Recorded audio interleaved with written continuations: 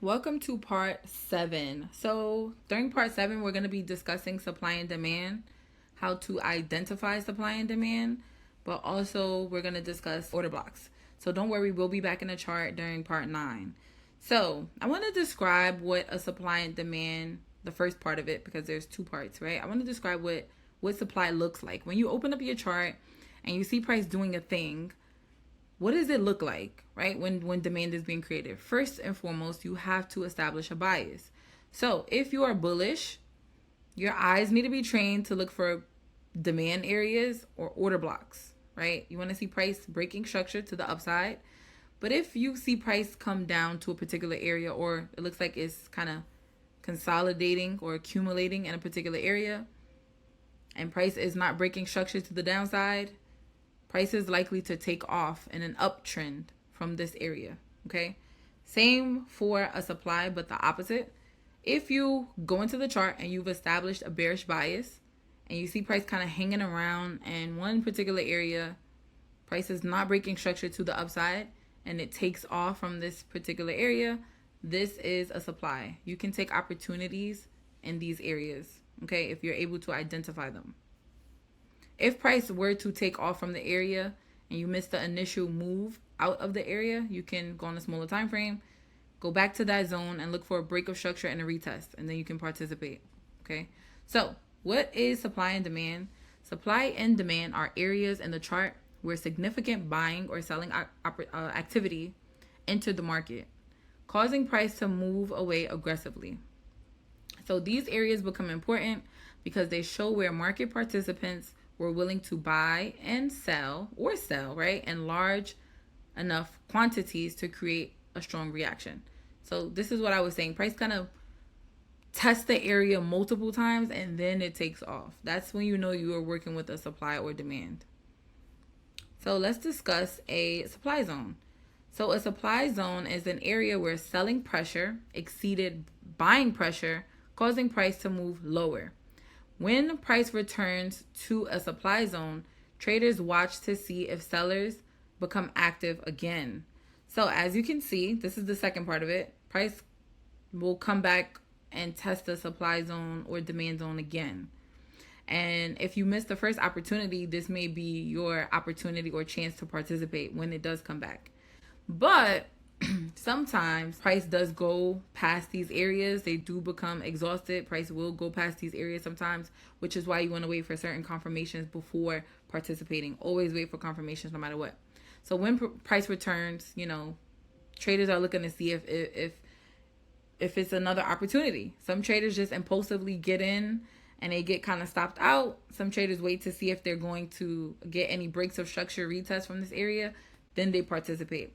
But most of the time, some traders are able to see that the initial move would be a good opportunity. You'll train your eyes to see that as well.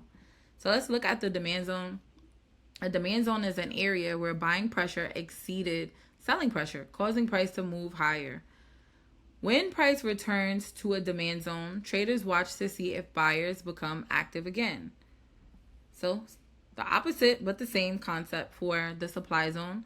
When price returns, traders want to see if this is going to be an opportunity to buy again. If it is, maybe traders will target the high. Don't know, right? So some traders take that initial move out of the zone, and some traders wait around for the retest.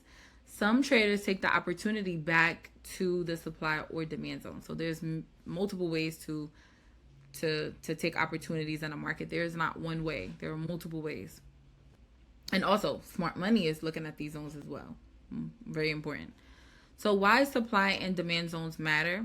It's because when price moves aggressively from an area, it tells us that significant activity occurred there. Because of that, traders often revisit these areas when price returns, looking for potential opportunities. So to summarize this, supply and demand help us identify areas where significant buying or selling activity previously occurred. Those are those footprints that we were talking about. So what is an order block? This used to be my favorite way to trade, and then I learned that there are many other ways to trade, but I love order blocks. I love them.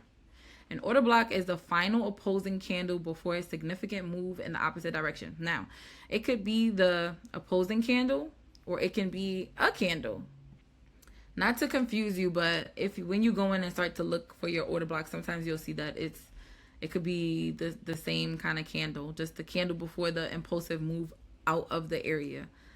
Okay, so order blocks helps traders identify a more precise area where significant buying or selling activity may have entered the market. So remember, when we talk about fair value gap / imbalance, these are these impulsive candles. They left behind some type of gap. The candle before that area shows us where there could be underlying orders still waiting around, and we trade towards those areas or we trade from those areas when price returns.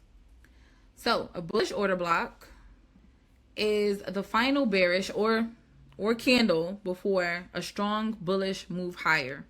When price returns to this area, traders watch to see if buying pressure returns.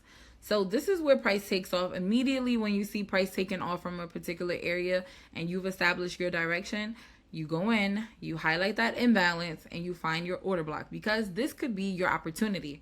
Normally, I like to go in, set an alert at these particular areas of order blocks or imbalance, and I like to wait for price to come back, show me that it wants to continue to go higher. I like to say you should wait for a break of structure and a retest, right? After the liquidity sweep. We'll talk about that in a little bit when we get to part 9. And you can have an opportunity up. These are the footprints. And it's the same for a bearish order block. The same. A bearish order block is the final bullish or bearish candle before a strong bearish move lower. When price returns to this area, this is an opportunity for you. Okay, always highlight that imbalance. Watch price when it returns back to that imbalance, order block, or demand or supply, and you can have an opportunity. So why order blocks matter? Order blocks provide traders with a more refined area of interest. Instead of using an entire supply or demand zone, traders can focus on a specific candle that may have contributed to the move. Okay, so can you find an order block in a supply and demand zone? You absolutely can. So a zone is a zone where there are multiple candles, right? Order blocks are more precise. But if you see an order block in within a demand or supply zone, that's like your more refined entry. But will you see demand or supply in an order block? No. Because if price comes back to the order block multiple times, it then becomes a supply or demand zone. Okay? So supply and demand is the area. Order block is the specific candle inside of that area. It could be in a supply or demand zone, or it could just be alone. Okay? So let's take a look at this. This is an example of when you'll find an order block within a zone. So supply and demand identify where significant activity occurred. We know that part. Order blocks help us to find a more precise location within that area. And both concepts are designed to help traders identify areas where significant market participants may have been active. We want to be trading where it is active. We do not want to be trading where it is dead. We do not want to force opportunities. We want to trade where the activity is. So if you see supply, demand, this is where the party is. You want to be trading where the activity is. So this is just an example. You'll find an order block within a zone, right? And if price takes your order block and it retests it multiple times, it then becomes a zone, right? It's like a hangout spot. Okay? So price will take off from these areas and often return. But we don't kind of expect that for order blocks. So just supply and demand zones where price does return. So like I said, right? If price is to take off from your order block and later return, it now becomes a supply or a demand zone. So let's head over to lesson 8. We're going to talk about premium and discount. This is a game changer.